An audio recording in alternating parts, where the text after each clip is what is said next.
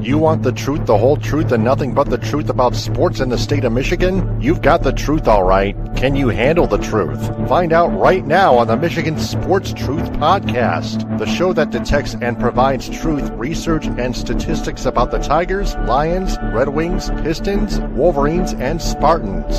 Subscribe to its YouTube channel at the Michigan Sports Truth Podcast and listen to it in audio form wherever you get your podcasts. Follow it on X, Instagram, Threads, and TikTok at Michigan_Truth, and like its Facebook page, and follow it on Patreon at patreon.com/Michigan Sports Truth. Also, check out our website, the Michigan Sports Truth Podcast.code80x.me, and donate to the Michigan Sports Truth Podcast for Autism on GoFundMe, and know the truth. I'm Taylor Phillips, your Michigan Sports Truth Detective. Well, we got a lot to talk about tonight. First off, this podcast consists of hard criticism, hard stories, interesting stats, and the reality about all sports teams in the state of Michigan, including the Tigers, Lions, Red Wings, Pistons, Wolverines, and Spartans. If fans can't handle it, they will be doomed to know. What's not allowed on the show: touchy-feely comments, whining, conspiracies, homerism, overreactions, bullying, harassment, trolling, curse talk, and propaganda. I don't allow any of that crap. And this podcast is hosted by someone who has autism and is not for entertainment purposes. The views expressed by the audience, let alone fans, do not reflect the truth and reality about our teams. I'm going to talk more about Juice Scruggs, the new Detroit Lions center, Taylor Decker being released, the Red Wings pulling off 3 trades prior to the trade deadline, the NHL trade deadline, the Pistons blowing a 23-point lead and losing to the Nets, and then losing to the Heat.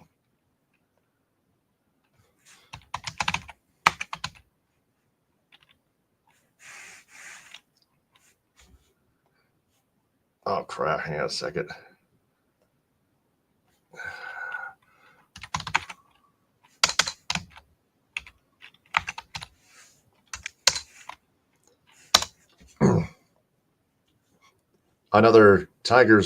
More Tigers spring training. Michigan beating MSU in men's basketball to end their season, to end the regular season. And another Sherrone Moore update, including him reaching a plea deal.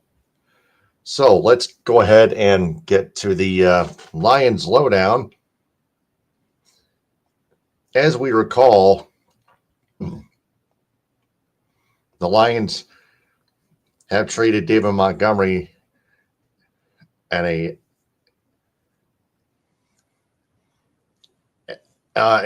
to the Houston Texans for center Juice Scruggs and a 4th round, 5th round, and 7th round draft pick. So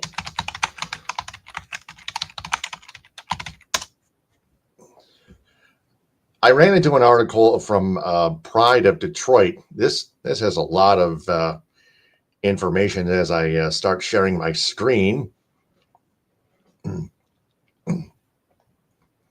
So, what the Detroit Lions are getting inside offensive lineman Juice Scruggs. That's a center.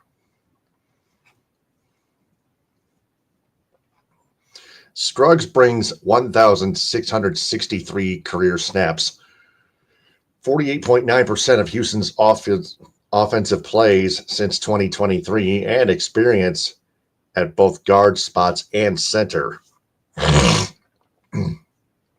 However, his development was somewhat fragmented in Houston as he was frequently shifted between positions despite center being his natural position and a prominent collegiate home. Holmes deserves credit for churning the back end of the roster, strengthening the 2 deep last season with Graham Glasgow pressed into a full-time starting role out of position. They just released him, by the way, as I mentioned in my last episode. It left Tristan Colon as the emergency interior swing option. That he had 3 starts, and eventually Kingsley Equikun getting 2 starts. Lions are 0-2 in those games. Scruggs should represent an upgrade over those depth options at center. At guard, however, the projection is less encouraging. He profiles as a below-average spot starter there, particularly compared to Glasgow at right guard. His upside lies squarely at center.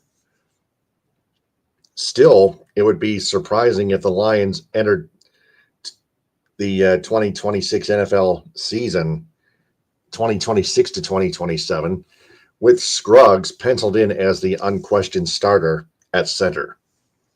May I add, more likely he was a value add. More likely he was a value add at a position of need to squeeze the most value out and get the trade over the end zone. A controllable piece with developmental upside. Pros and strengths. So Scruggs has experience snapping both shotgun and under center.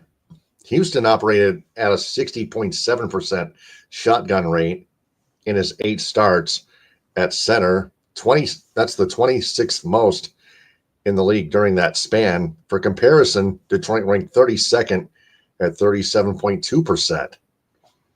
This is really, really good. And he's most comfortable when uncovered rather than head up on a zero technique. And he's got extensive zone blocking. He's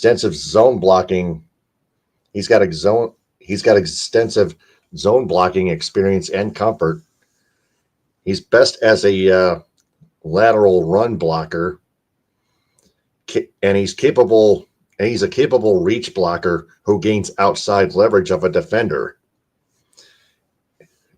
including using defender momentum effectively in flow of play. He targets the backside defenders well on down blocks, and he can climb to the second level effectively and hit landmarks. He's a plus player in space and on screens. He's got strong grip strength. When he wins early, he can lock out and sustain. A solid pass protector. Stunts well. He mirrors once engaged, including finding work when uncovered. And he's a capable pre-snap communicator in blitz identification. He's a high-effort player who finishes through the whistle. He's only committed 2 penalties in his 8 starts at center, same number as Frank Ragnow during that span. So he's a good replacement for both Frank Ragnow and Graham Glasgow combined. Now, some cons and negatives. He's more of a position wall off blocker than a drive blocker. He struggles to consistently displace defenders vertically, including limited gap scheme experience, and can be out physical at times. He has an inconsistent pad level, leading to leverage issues when he pops up. When upright, he reaches and turns his hips, creating penetration lanes.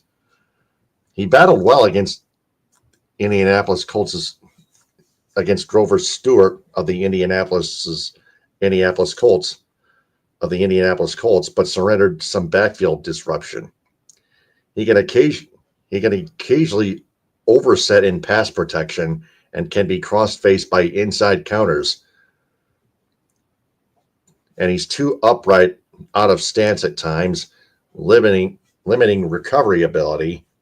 He's uncomfortable at guard against strong three-player techniques.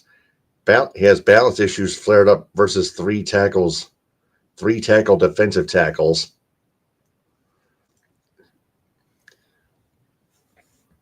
Tennessee's Jeffrey Simmons cannonballed their entire offense and made Scruggs. Tennessee's Jeffrey Simmons cannonballed their entire offense and made Scruggs a liability. He's undersized for an NFL guard, so he's better off a center. And he has a tendency to look down right as he is snapping from shotgun. For example, Minnesota Vikings defensive tackle Sheldon Day timed a one snap due to this for a quick pressure that resulted in a sack. And, oh man, Juice Scruggs has not played center since mid-season 2024. Wow. Well, it's about time he got back to that position. I'm sure Juice Scruggs, especially at age 26, is more capable of playing center than at offensive guard.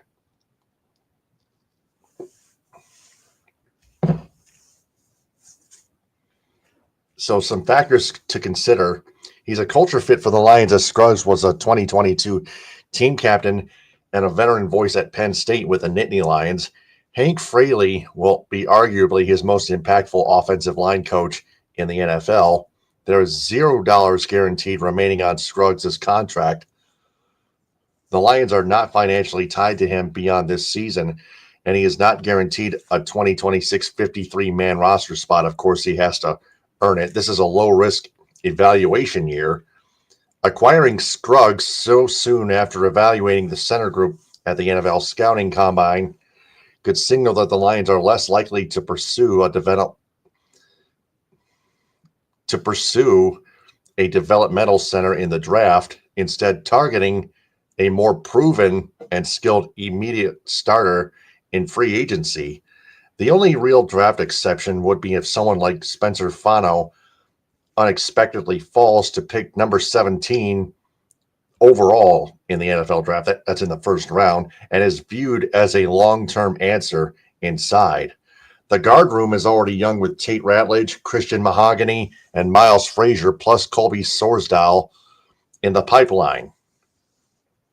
With Scruggs capable of playing guard to some degree,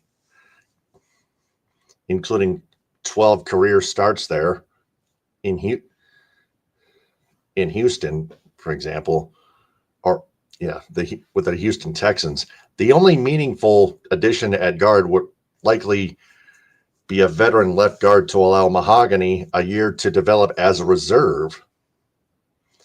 As a rookie in 2023, Scruggs was preparing to be the Texans' starting center, which is his natural position, before suffering a hamstring injury in the final preseason game that caused him to miss the first 11 weeks.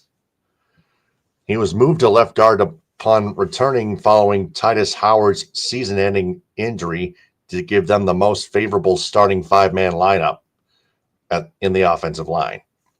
He was again moved to left guard in 2024 after starting the first 9 games at center, as the Texans adjusted for their most optimal lineup following Kenyon Green being placed on injured reserve. As a rookie,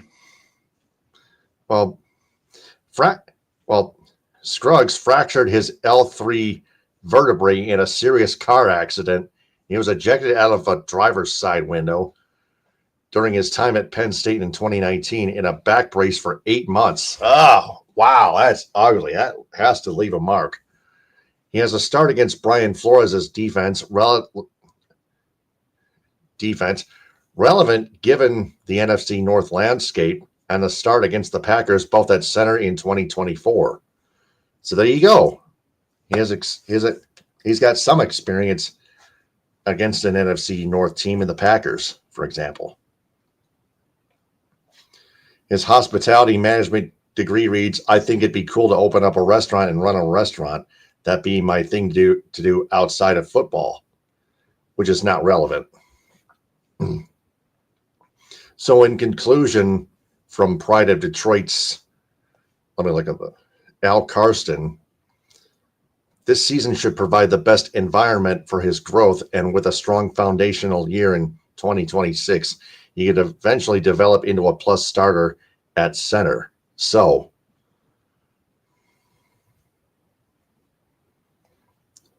what we did learn from that is Juice Scruggs could be better off as a center over any offensive guard at either the left or right side at guard in the offensive line for our Detroit Lions. So Juice Scruggs has to work on his strength and physical. Well, he has the strength. He just has to work on his physicality on the offensive line, especially at guard and even at center. He has to work on his physicality on all particular positions in the offensive line. And I think he's willing to develop and more capable of developing himself and getting the coach's help to develop him.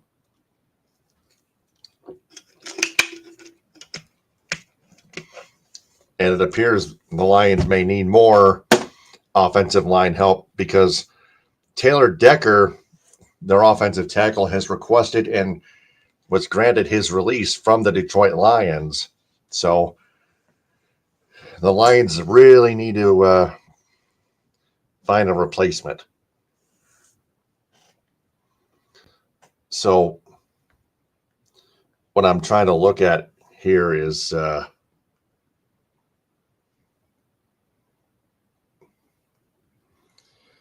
yeah, there we go. Got other guys like Rasheed Walker, Braden Smith, Jermaine Illuminor,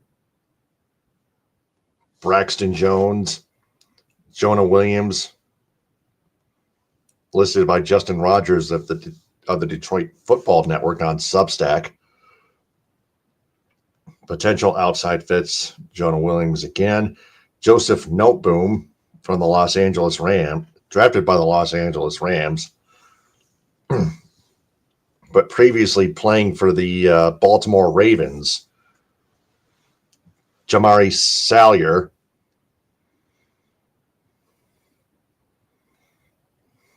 don't know where he came from. Don't know who he previously played for. But we're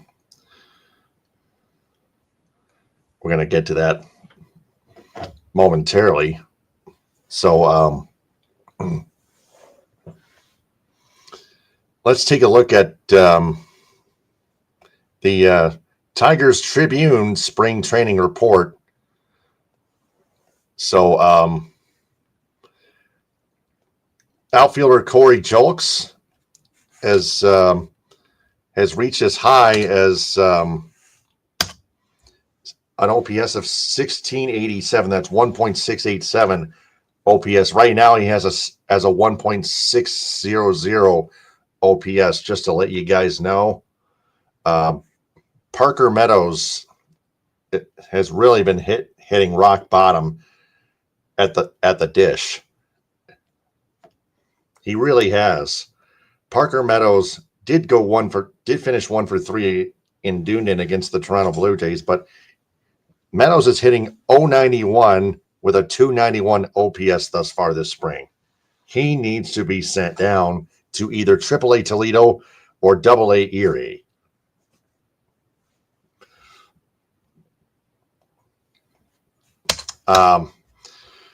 There's no doubt about that.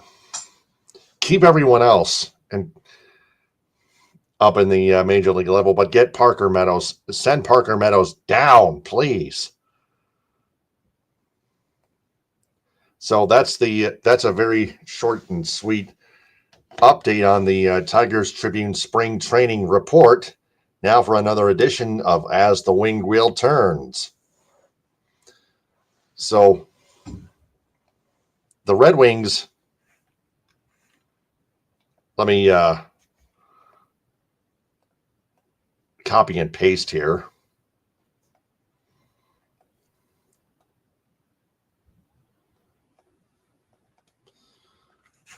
Red Wings trade for David Perron and Justin Faulk and trade Elmer Soderblom to Pittsburgh Penguins. There we are. Come on now.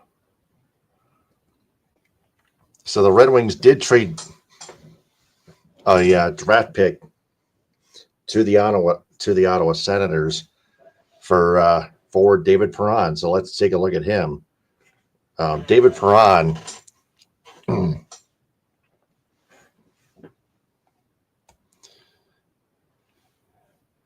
Let me take a look at David Perron here.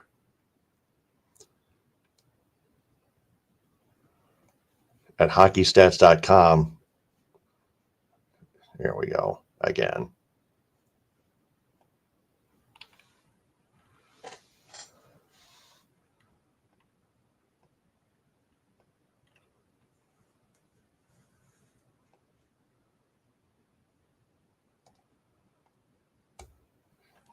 Damn it.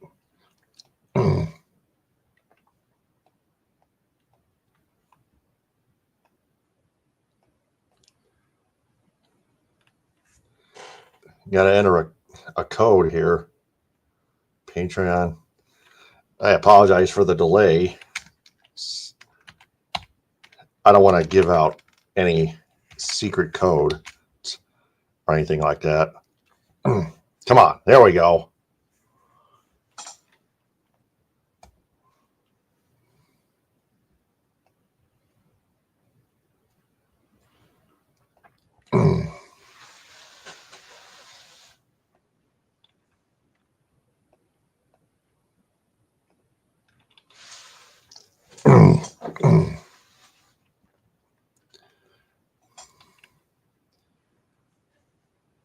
I thought I already did create an account. Hang on. Nathan McKinnon. There we go.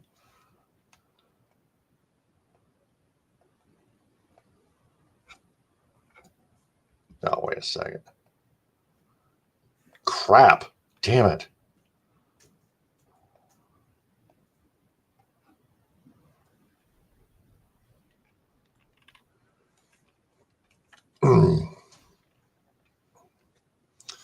So,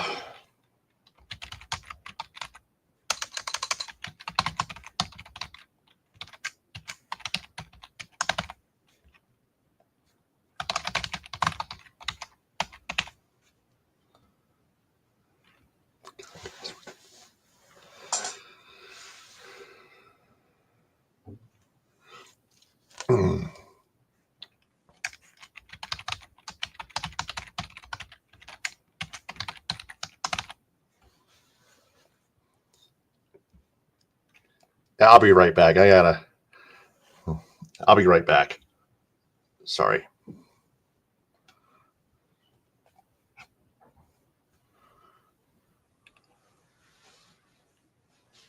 High-speed internet service provided by Cherry Capital Communications in Elk Rapids. Visual wardrobe props provided by Creative Embroidery of Cadillac. Statewide business endorsements go to Fox Motors, Cops and Donuts, Grand Traverse Pie Company, J&H Family Stores, Positive Chimney and Fireplace, Farm Bureau Insurance, Michigan's Adventure, Alpine Chocolate House in Manistee, Boyne City, Gaylord, Plymouth, and Sault Ste. Marie, Hudsonville Ice Cream, Grandpa's Mini Donuts, Rally House Michigan and Rally House Detroit, Tom's Food Markets, Beacon and Bridge, Fago Soda, Detroit Wing Company, Simply Delightful, JR's All-Star Haircuts for Men, Tropical Touch Spa, Main Street Rocks, G's Pizzeria, Wesco, 7 Brew Coffee, Gardner White Furniture, and BC Pizza.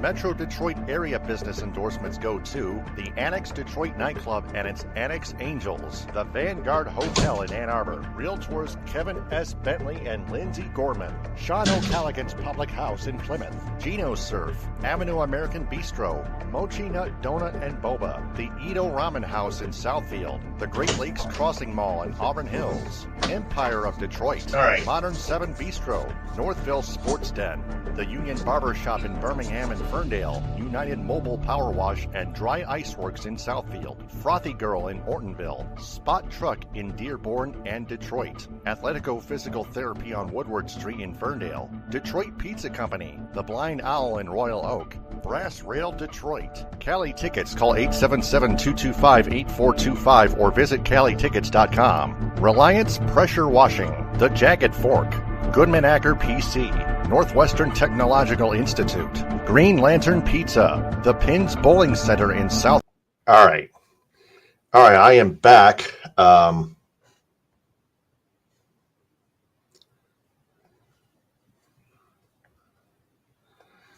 Let me try to reset my password here.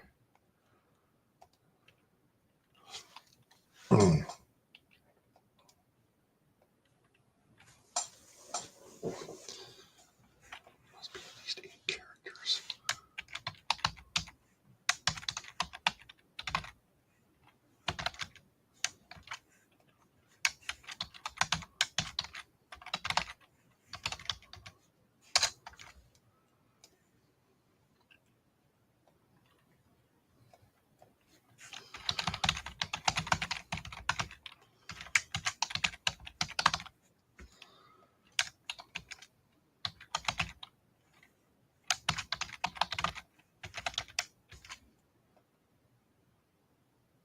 Yes. All right. Good.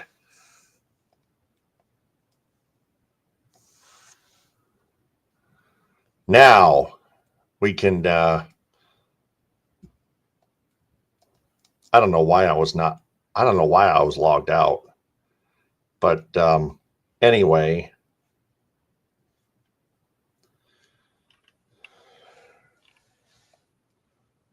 All right.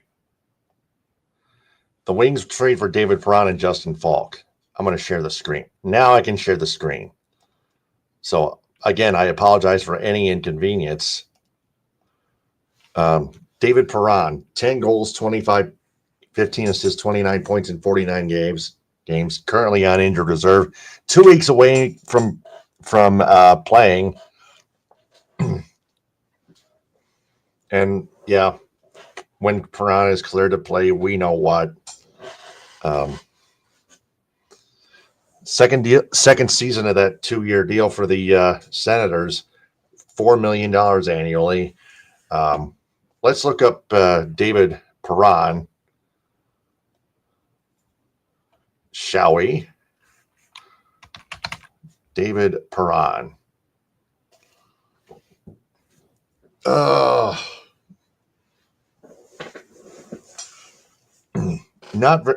Not very good on offense, even strength, 19%, but 55% on the power play, even strength defense, 88%. So he's more of a defensive forward rather than an offensive forward on even strength.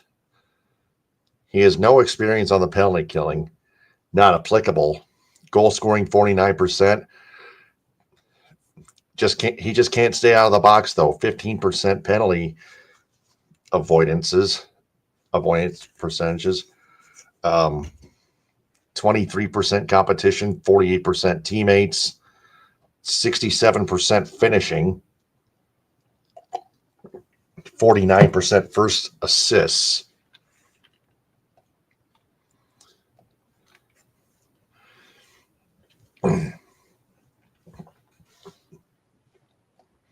And then they traded Elmer Soderblom to the Pittsburgh Penguins for a third-round draft pick for this year's upcoming NHL entry draft, Elmer Soderblom.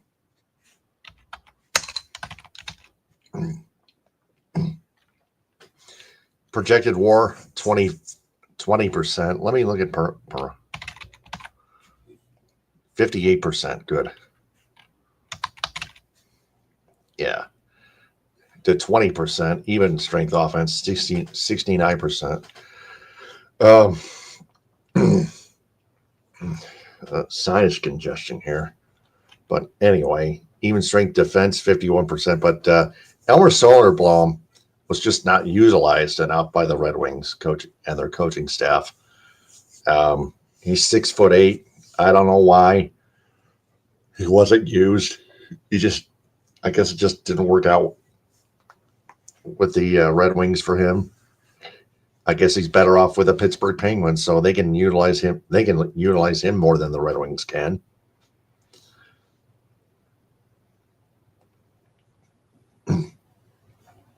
Just 12 penalty minutes, but 3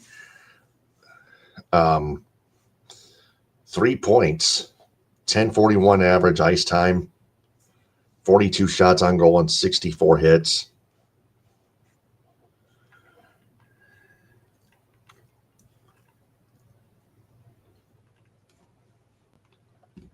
And then the Red Wings traded Justin Hall, a useless Justin Hall,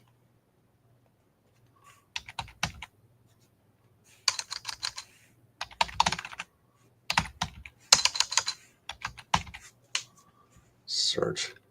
No. Yeah, Hall is useless.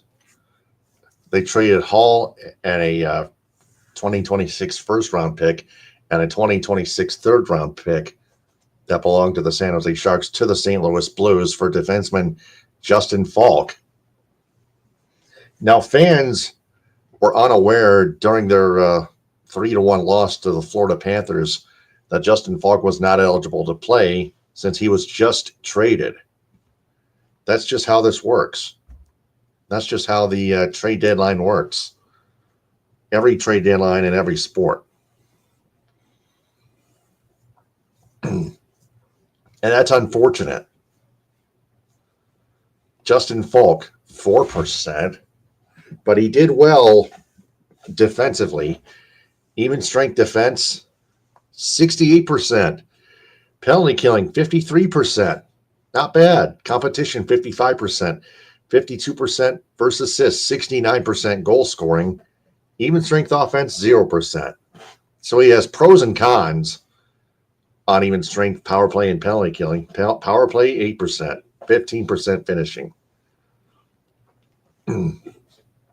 So the Red Wings are going to utilize him more on defense and on the penalty kill. At least I would hope. So, still good trades. 1 year remaining on his contract with a cap hit of $6.5 million with the St. Louis Blues, who owe him that much. And a modified no trade clause. Justin Hall makes $2.25 million against the cap and is an unrestricted free agent after this season.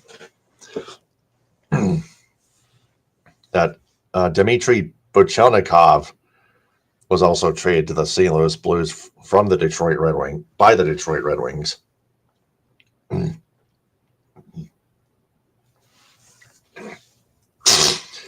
So the Red Wings made 3 trades total. So how would you grade them? Do your research first, please, before you make a comment, make a grade. Do your research first. So with that being said, let's recap their games. 4-3 in overtime to the Vegas Golden Knights. Vegas has a lot of offensive weapons. Tomas Hertl, Mitch Marner, Riley Smith, Ivan Barbashev.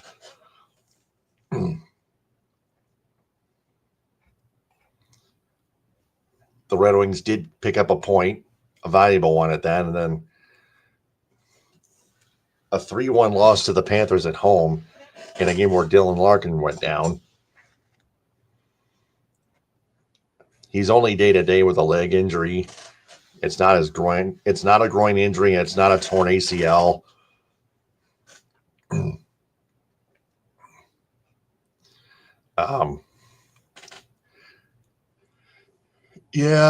Sergei Bobrovsky, 28 saves.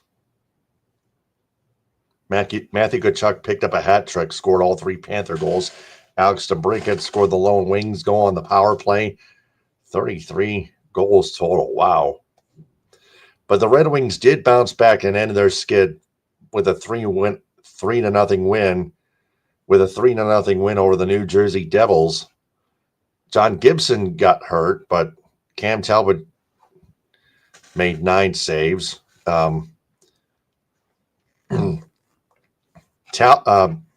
Gibson made 21 saves, Talbot with 10. So it's 31 saves, split shutout.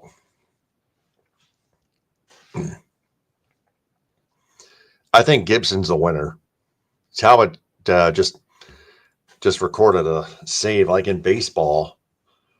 But Justin Faulk, all zeros, but pretty good defense, 1928 ice time, 3 shot blocks, 4 hits, 3 shots taken, including a breakaway. Only 1 giveaway and 1 takeaway.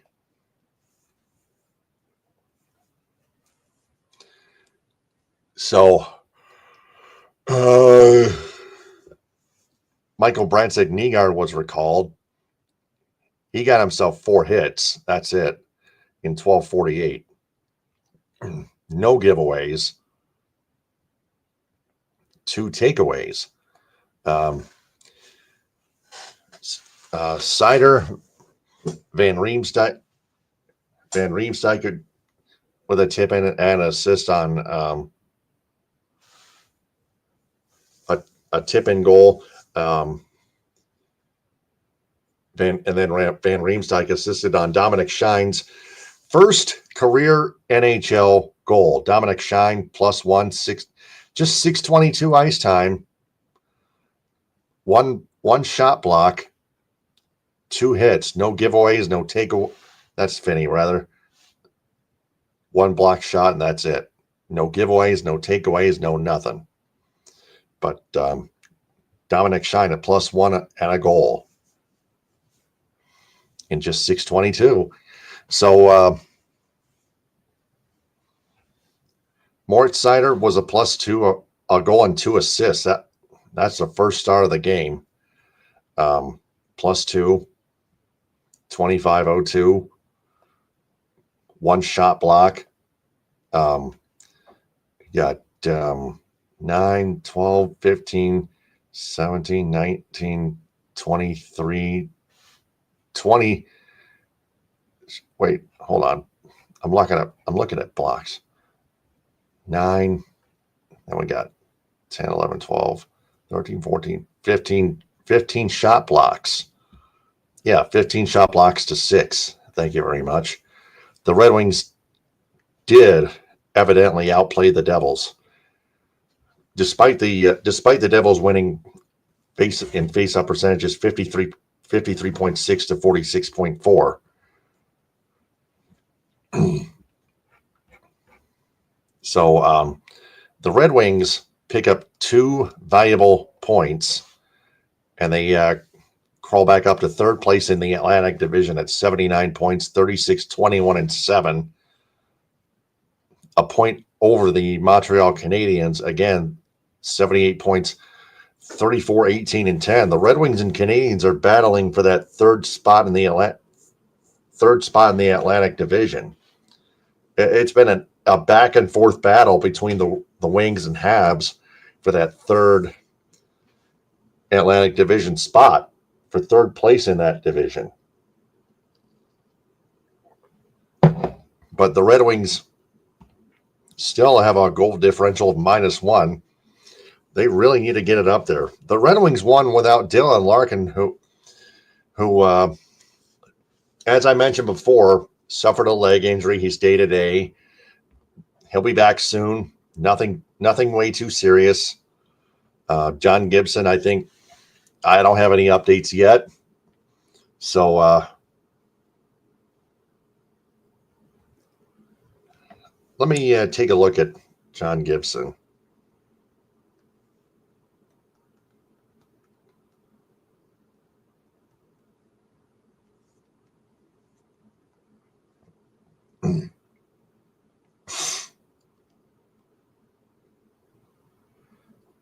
He got hit in a bad spot and didn't feel good after that, so he should be fine, I think. Yep. Same situation as last week. Same situation as last week. The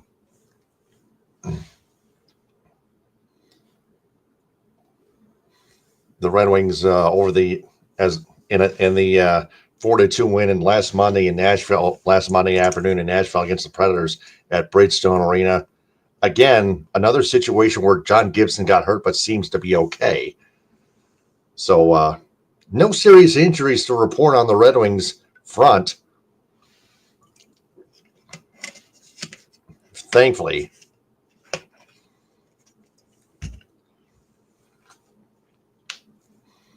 So the Red Wings,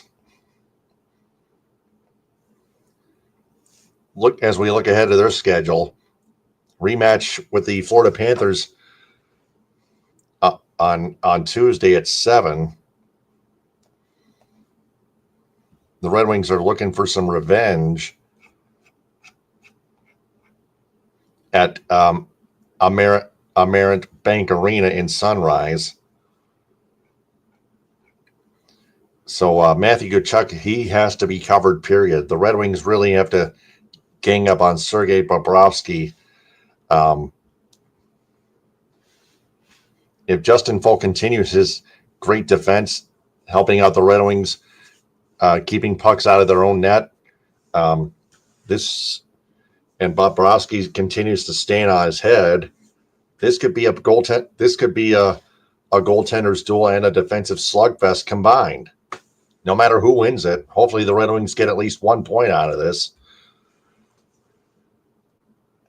And then the Red Wings head to Tampa Bay to play the Lightning. The Lightning were overtaken by the Buffalo Sabres. Lightning are coming off a loss. They standing at 82 points. They stand at 82 points in second place, 39-19-4. The Buffalo Sabres now lead the Atlantic Division. How bizarre is that?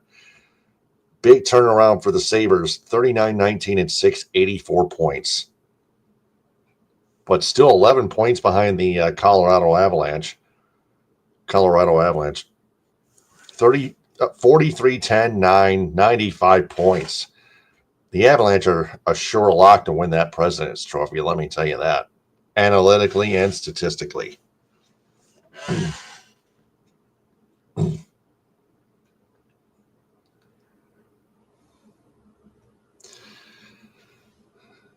So with that said,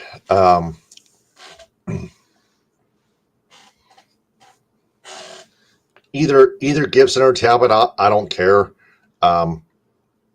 It's a combined shutout tonight in New Jersey at Prudential Center.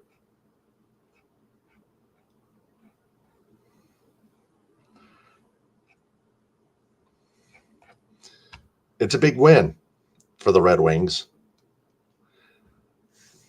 And then the Red Wings head to Dallas Saturday at 8 on FanDuel Sports Network Detroit and Victory Plus on the Stars TV spectrum of things. The Dallas Stars right now, second place. Wow, 88 points, 39-14-10. Just 7 behind the Avs. Just 7 points behind the Avs. And with the Minnesota Wild behind them at 85 points, 85 points. At 85 points, 37, 16, and 11. Wow, look at all the goal differentials. The Avs 83 point. The Avs. Look at all the goal differentials. The Avs plus 83 goal differential. The Dallas Stars plus 47. The Minnesota Wild plus 30. Wow, this competition is really, really heating up. And then the Red Wings head home for a 4-game homestand against the Flames, Canadiens, Bruins, and Senators.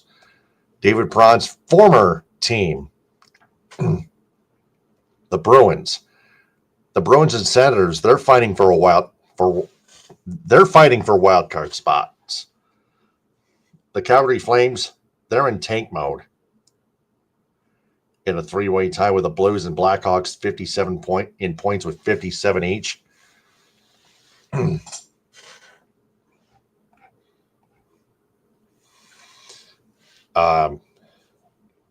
Also got the Montreal Canadiens in a battle for that third place spot in the Atlantic Division. After the Calgary Flames game, well, the Red Wings really need to keep the Calgary Flames in check. And then they got more competition, more heated competition coming up with the Canadiens, Bruins, and Senators coming up. And then the now first place Sabres in Buffalo on March 27th. And then back home against the Philadelphia Flyers at 8 on ABC. The Flyers, 69 points. They're fighting for a playoff spot, but 7 points back, along with the Washington Capitals. Time's running out for both the Flyers and Capitals. And then the Pittsburgh Penguins, who hold that second place Metropolitan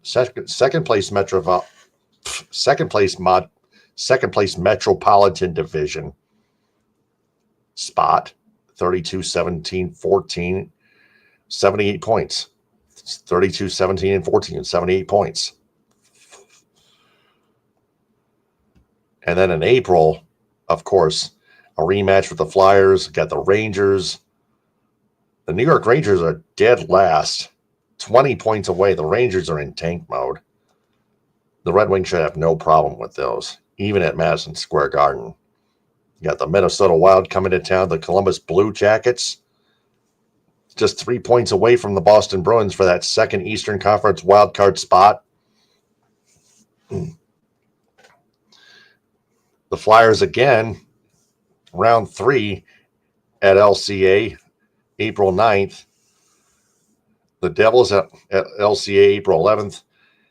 The Lightning at Amalie Arena on April 13th. And then they wrap up the season against the Panthers, April 15th. Panthers, 65 points. There's no way the Wings should have lost to them last Friday night at Little Caesars Arena. Let's get that right. Somehow they did. But how come the Panthers did not trade Sergei Bobrovsky? I want to know. So that is another edition of As the Winged Wheel Turns.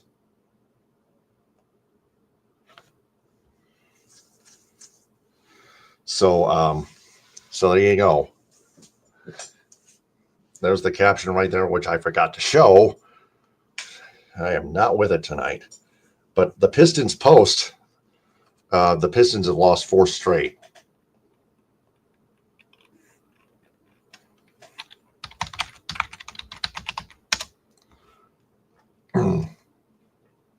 Yeah, there we go. Yeah, I just wanted to make this banner short and sweet. Sorry about this. Pistons lose to the Cavaliers 113 to 109. I'm going to share the screen again. I don't know what's going on. I don't know what the hell happened there, but it was an epic battle. But Duncan Robinson, 2 for 5 from 3, 2 for 6, just 8 points. Duncan Robinson, the third, has been struggling as of late. Cade Cunningham, just 10 points. He struggled. Jalen Duren, 24 points, 14 rebounds, 7 of 9, 10 of 14 from the free throw line. Duren's got to work on his free throw shooting. Ausar Thompson, 16 points. Tobias Harris, 19. Javonte Green, 13. Paul Reed did not play. Neither did Marcus Sasser. And then the Pistons get routed by the Spurs, 121-106. Ausar Thompson went down with a right ankle sprain that night, but he was a -5. 1 block, that's it. And a turnover. Cade Cunningham got back to his scoring ways, 26 points. But Jalen Duren, he had a terrible night, 7 points. 3 of 7, shooting, 12-20. 1 for 3 free throw shooting. 5 personal fouls. I get that, but just 7 points. You got to be – Jalen Duren's a lot better than that.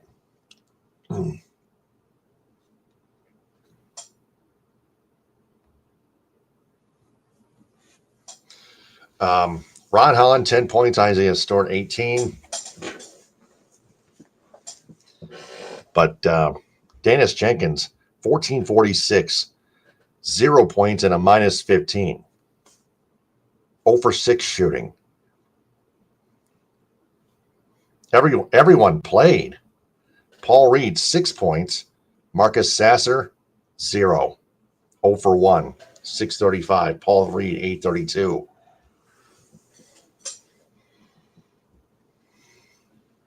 Duncan Robinson, a -23, but he had 11 points. 2 for 4 from 3, 4 for 7 shooting, 1 for 2 from the free throw line. Again, Robinson struggled. And then the Pistons blow a 23-point lead to lose to the lowly Brooklyn Nets, 107-105.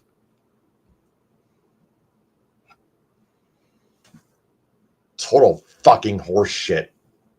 Choke job by those Pistons. I'm sorry. Michael Porter Jr. left uncovered, 30 points. Why in the fuck was Marcus Sasser in the lineup and not Paul Reed while Paul Reed was sitting out? This is where I really got riled up. JB Bickerstaff was such an idiot. Paul Reed did not play. Marcus Sasser was put in the starting lineup with Ausar Thompson being out and Cade Cunningham being out as well with a slight quad issue.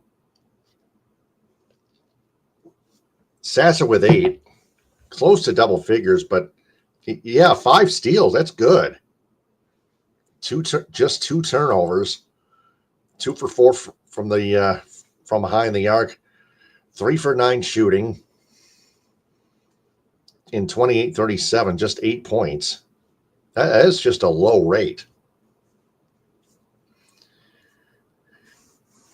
He doesn't do much except steal the ball a few times. That's it. Just 4 assists, only 3 rebounds. Sasser's not much of a starting player at all. He's not a starter. Every time Paul Reed's put in the starting lineup, every time Paul Reed is put in the starting lineup, he explodes offensively, especially in the 20s. Last I saw, he had 22 points. He scored 22 points in the starting lineup. Last he started. Can you believe that? He stepped up big time.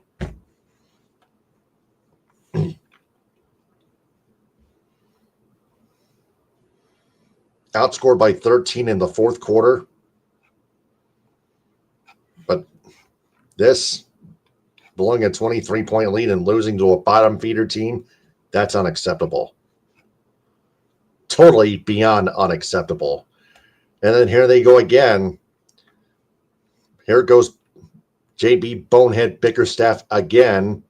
Look at this. 2 points in 19 minutes, 29 seconds for Marcus Sasser in the starting lineup. While Paul Reed was finally played, but just 533, 3 of 6 shooting, 3 of 4 from the stripe, 1 for 1 from 3, 10 points in just 5:33 for Paul Reed compared to 2 points in 1929 for Marcus Sasser. JB Bickerstaff needs to screw his head back on right if the Pistons want to snap their 4-game losing streak. Duncan Robinson again struggled, just 3 points. He's getting even worse. 1 of 7, all from behind the arc. Just 1 block, 2 assists. That's it. 3 personal fouls. Jalen Duren only 3 personal fouls. Isaiah Stewart 4 personal fouls, 14 points, a minus 15. Jalen Duren was a minus 18. He's got to be better defensively than that. A lot better.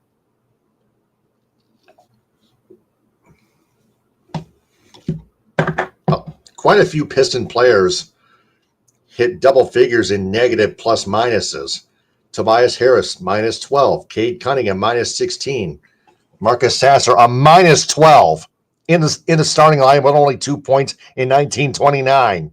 I keep mentioning that because it's not getting through arrogant Pistons fans who are lazy and just keep ignoring the fuck out of it. Ron Holland, a minus 16. At least some Piston players off the bench were pluses. Kevin Herter, a plus 9, although only 4 points. Danis Jenkins, a plus 4. Javonte Green, a minus 3. But Chaz Lanier, plus 6. Paul Reed, a plus 11. Bobby Klintman, plus 11, 3 points. The Pistons trail by as many as like over 30, I guess. Almost 30 at least. They came back to within 10. They lost by 11. When you put Paul Reed in, then things start to get better. Start playing Paul Reed. I'm serious about this, JB. You bonehead. Really? So that 4-game skid puts the Pistons only down to just 2.5 games ahead of the Boston Celtics. Pistons are 45-18. The Celtics 43-21. On the other side, in the Western Conference, the Thunder are 15. The Thunder are 50-15. The Spurs 46-17.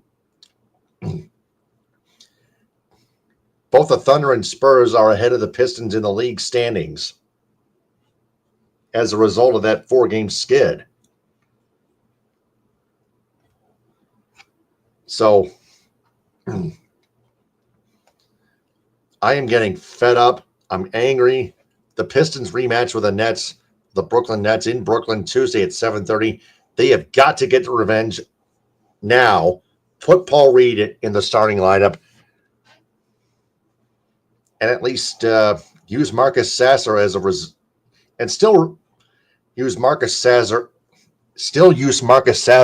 as a reserve. Okay, Paul Reed is a much better player in the starting lineup than Marcus Sasser of all people. Okay, knock that crap off. I'm just trying to help. Okay.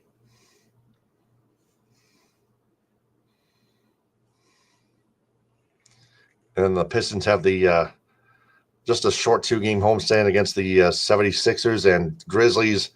Then the Pistons head to Toronto again against the Raptors, and then the Wizards next week, Tuesday. Play 48 minutes and keep your opponents in check. That's it. That's all I ask. So, with that being said, that's the Pistons Post. And now a very special edition of the Big Ten Rivalry Room Men's Basketball Edition. The Michigan Wolverines beat the Michigan State Spartans 90-80 to sweep them in the regular season series to end the regular season. So let's take a look at that on the shared screen, shall we? Michigan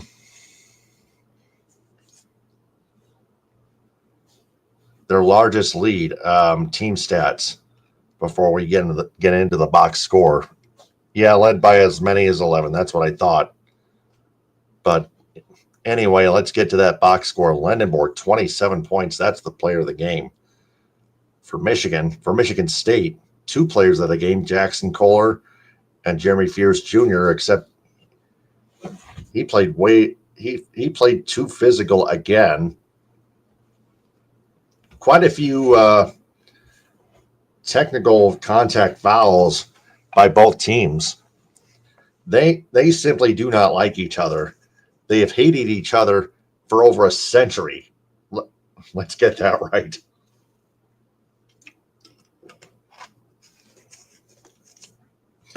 So Lendenborg was a cyborg, you know. But the Wolverines work as a team. They've already clinched the outright Big Ten regular season championship.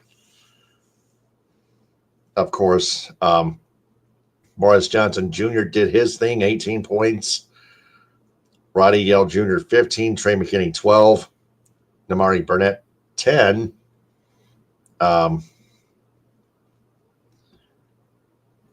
Both teams shot very well from the free throw line, 90 to 80 percentage-wise in favor of Michigan. Michigan just outshot Michigan State, 49 to 45 from the floor, 45 to 33 from 3, 90 to 80%, as mentioned, from the stripe. So Jeremy Fears, 22 points. Jackson Kohler, 23 points. That would be my player of the game. My cleanest Spartans player of the game. Wolverines player of the game, Lendenborg, of course, 27 points. He's a Borg. He's a beast Borg. Yeah, a beast cyborg. Let's get that right. So Wolverines will take the 1 seed. The Spartans will take the 2 seed in the Big Ten tournament forthcoming. Both will get first, second, and third round byes. They'll wait in the quarterfinals. I cannot wait. If Michigan ends up facing Wisconsin, they have a chance at revenge. Except they just have to play better than they did against Wisconsin at Crisler Center. Just make a note of that. Now, that's the Big Ten Rivalry Room men's basketball edition. Now a hard story before we get to our before I wrap things up with our What We Learned segment. The Wolverines World Beat Football Edition fired Michigan head coach Sherrone Moore, pleads no contest. So Sherrone Moore tries to reach a deal, and he did. So he pleaded no contest Friday in a deal to resolve a felony criminal case that arose immediately after he was fired for having an inappropriate relationship with his executive assistant. The deal was struck on the same day that a judge planned to hear a challenge to Moore's arrest in December on 3 charges, including felony home invasion. Those charges were dropped in exchange for Moore pleading no contest to misdemeanor trespassing and misdemeanor malicious use of a telecom device in a relationship. Judge J. Cedric Simpson said, quote, "Things have changed," unquote. Moore had confronted the woman with whom he had been having an affair and blamed her for his dismissal, even threatening to kill himself with butter knives in her apartment, authorities said.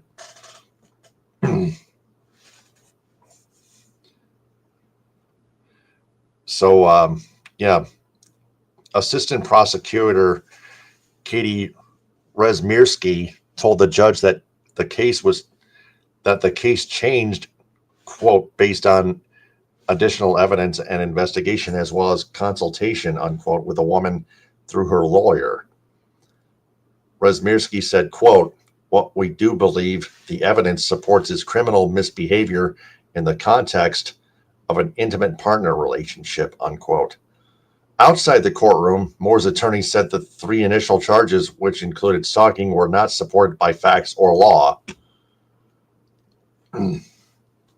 Ellen Michaels said as Moore and wife Kelly stood nearby, quote, the dismissal of those charges validates the concern we raised about the investigation from the very beginning.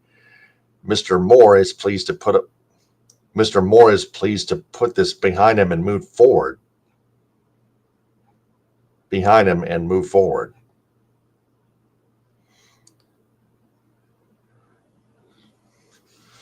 So I could go on and on and on, but Sherrone Moore admitted it. He learned his lesson. He's just ready to move on, but it's part of his. It's still part of his past.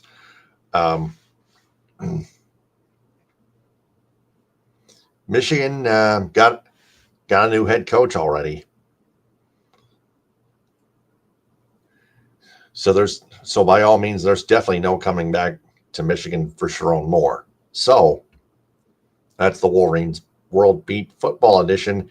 And now for one of the final segments, what did we learn? The Lions can work with Scruggs at center. The Red Wings made much needed trades for David Perron and Justin Faulk. David Perron's set to go in a couple of weeks, so hang tight. And they dealt Elmer Soderblom. He could be utilized by the Penguins more than the Red Wings have as of late.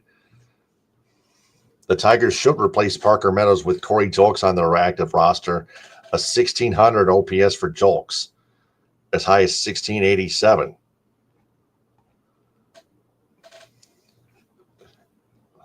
Well, and I've talked about this too.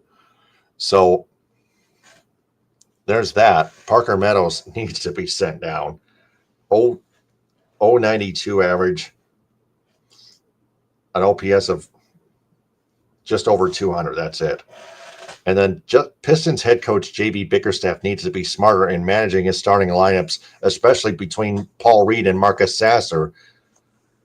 The Michigan Wolverines men's basketball team were the best team in the conference. And that's all we've learned. But before I wrap things up, a message to team fan bases. They panic about everything. They talk about any team being cooked or cursed when a player gets injured or when March approaches. They are sheep and losers. They need to toughen up, grow up, or they can stick a silver spoon each into their mouths, okay? Because I'm not going to put up with this bullshit, okay? Grow up or get out, period. And that ends another episode of the Michigan Sports Truth Podcast. I'm Taylor Phillips. Subscribe to its YouTube channel at the Michigan Sports Truth Podcast, like its videos, and turn on all notifications on the bell icon. Click or tap on live to find its latest full episodes and check out its shorts videos. Also watch it live and follow it on Twitch at Michigan Sports Truth. Listen to it in audio form on Spreaker, Spotify, iHeartRadio, Apple Podcasts, Amazon Music /Audible, Castbox, Deezer, Podcast Addict, Podchaser, and Gio7. Also, join its supporters club on Spreaker, just $2 a month. And on social media, follow the Michigan Sports Truth Podcast on X, Instagram, Threads, and TikTok at Michigan_Truth, and on Reddit at u/Michigan_Truth. Also, like its Facebook page, Facebook.com/Michigan Sports Truth, and on Patreon at Patreon.com/Michigan Sports Truth. The website, the Michigan Sports Truth Podcast, code ADX.me. And finally, donate to the Michigan Sports Truth Podcast for autism on GoFundMe. The goal is $2,400. Until next time, this is Taylor Phillips signing off. Stay on the lookout. And remember, I always observe and detect the truth about Michigan sports, because the Michigan Sports Truth is out there. Ta-ta, hit him with a hind, power to the people, Baba Booey to y'all. High-speed internet service provided by Cherry Capital Communications in Elk Rapids. Visual wardrobe props provided by Creative Embroidery of Cadillac. Statewide business endorsements go to Fox Motors, Cops and Donuts, Grand Traverse Pie Company, J&H Family Stores, Positive Chimney and Fireplace, Farm Bureau Insurance, Michigan's Adventure, Alpine Chocolate House in Manistee, Boyne City, Gaylord, Plymouth, and Sault Ste. Marie, Hudsonville Ice Cream, Grandpa's Mini Donuts, Rally House Michigan and Rally House Detroit, Tom's Food Markets, Beacon and Bridge, Fago Soda, Detroit Wing Company, Simply Delightful, JR's All-Star Haircuts for Men, Tropical Touch Spa, Main Street Rocks, G's Pizzeria, Wesco, 7 Brew Coffee, Gardner White Furniture, and BC Pizza. Metro Detroit area business endorsements go to the Annex Detroit Nightclub and its Annex Angels, the Vanguard Hotel in Ann Arbor, Realtors Kevin S. Bentley and Lindsay Gorman, Sean O'Callaghan's Public House in Plymouth, Gino Surf, Avenue American Bistro, Mochi Nut Donut and Boba, the Edo Ramen House in Southfield, the Great Lakes Crossing Mall in Auburn Hills, Empire of Detroit, Modern 7 Bistro, Northville Sports Den, the Union Barber Shop in Birmingham and Ferndale, United Mobile Power Wash and Dry Ice Works in Southfield, Frothy Girl in Ortonville, Spot Truck in Dearborn and Detroit, Athletico Physical Therapy on Woodward Street in Ferndale, Detroit Pizza Company, The Blind Owl in Royal Oak, Brass Rail Detroit. Cali Tickets, call 877-225-8425 or visit CaliTickets.com. Reliance Pressure Washing, The Jagged Fork, Goodman Acker PC, Northwestern Technological Institute, Green Lantern Pizza, The Pins Bowling Center in South Lyon, Impact North in Ortonville, Vitamin Shop in Auburn Hills, Legacy Family Dental Center in Dearborn, 350 Terrace, and Hodges Subaru. Local business endorsements go to Cherry Capital Communications in Elk Rapids, Glen Arbor Construction, Freshwater Auto Spa in Kalkaska, Kingsley Lumber, Boyne Golf, The Outsider in Manistee, the Silver Dollar Pub and Grill in Roscommon, Toy Town of Cadillac and Reed City, the Landing Zone in Gaylord, the VI Grill in Suttons Bay, West Michigan Massage Therapist Emmeline. Visit ZenWeb.com, the B4 Foundation in Ithaca, Wexford Community Credit Union in Cadillac and Lake City, Jay's Sporting Goods in Gaylord and Clare, The Front Porch in Suttons Bay, Trout Town Tavern and Eatery in Kalkaska, the El Cilantro Taco Shop in Petoskey, Bay Mills Resort and Casino in Brinley, Fuel Up Nutrition in Clare, JNS Hamburg in Traverse City and Kingsley, United Food Service Solutions in Grand Ledge, Friendly Foodies in Alpena, the Asian Buffet in Cadillac and Traverse City, Ludington Meat Company, McBain Hardware, Vandry Home Furnishings in Cadillac, Houghton Lake, Big Rapids, and Traverse City, Pearl's New Orleans Kitchen in Elk Rapids, Rogers Food Center in Lake City, Everett, and Reed City, Herman Hiss and Company in Bay City, Fletcher's Pub and Texas Corners in Kalamazoo, the Michigan Theater of Jackson, Hooters in Saginaw, Anna's House in Grand Rapids, Coffee Beanery in Flushing, Merritt Speedway, Northport Pub and Grill, Northern Logistics, and Spicer's Boat City in Houghton Lake. Traverse City business endorsements go to Honest Eyes Optical, Old Mission Culture Company, Archer Contracting, Intrepid Cycling, Moomer's Homemade Ice Cream, TC Man Cave, K1 Speed, Play It Again Sports, Erica Nita of Traverse City Real Estate, Yen Yoga and Fitness inside the Delamar Resort on Front Street, Firefly Kitchen and Bars, Traverse City Fun Running, Bergstrom's Burgers, Margarita's Grill, Wellbeing with Catherine Palms, Traverse City Comfort Advisor by Comfort Center, Bayview Flooring,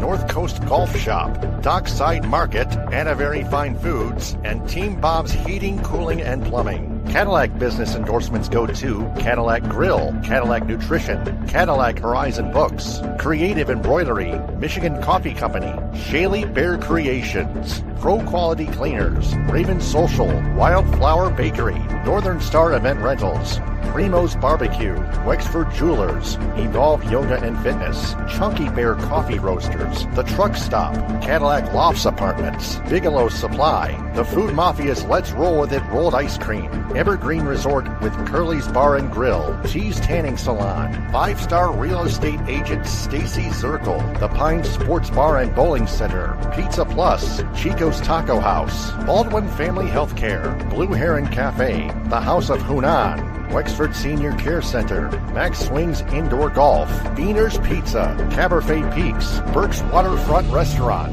the Cadillac Party Lounge, and the Sweet Shop. Lake City business endorsements go to Cuts by Melanie, the Pearson Agency, the LC Tap House, Hutchinson Septic and Excavating, the Coffee Cup, It's a Denise Jewelry, To the Moon Bakery, Northern Auto Lab, Hammer's Pub and Grub, Shoreline Cafe, Rustic Hog Barbecue, Pancho Villa Mexican Grill, the AL Trading Post, and the Misaki Golf Club Golf Course.